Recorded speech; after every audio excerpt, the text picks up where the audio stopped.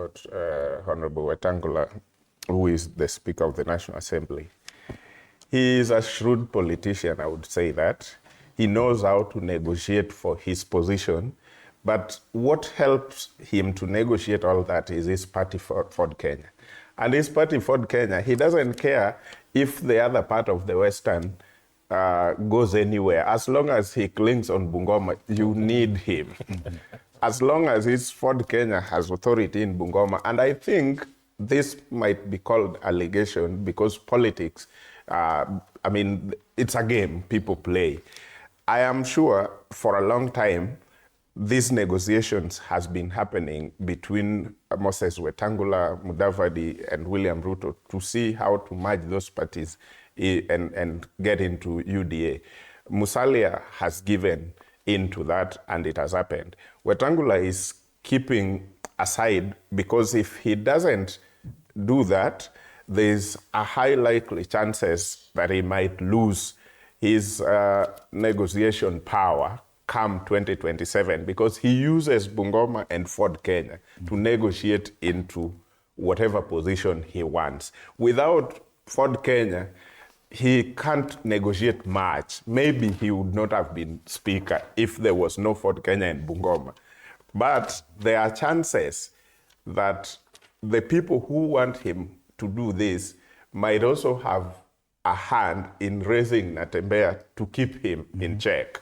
So if you don't do what we are telling you, we can actually empower the other person because the other person is sprouting really great and it looks like he's resonating with the young people around and the entire Western. So if you don't do what we are looking for, then we are likely to work with the other one. But finally, Wetangula has not done justice to Parliament because for me, he's one of the speakers. I think him and Muturi, among all the speakers of the National Assembly we have had, they have eroded the trust of members of the public and Parliament, and they have compromised the power of Parliament to check the judiciary and check the executive. So right now, as we speak, we do not know whether we have a Parliament or we have a Kenya Kwanza principle running Parliament, because he comes out more in public as a Kenya Kwanza principle running the arm of government called Parliament.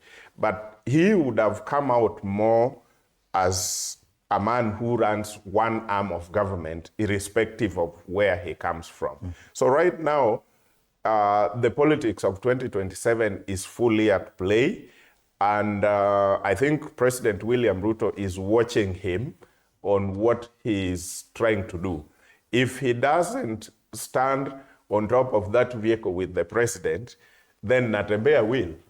Because there's just one phone call or one action and Natembeya becomes the best friend of the president.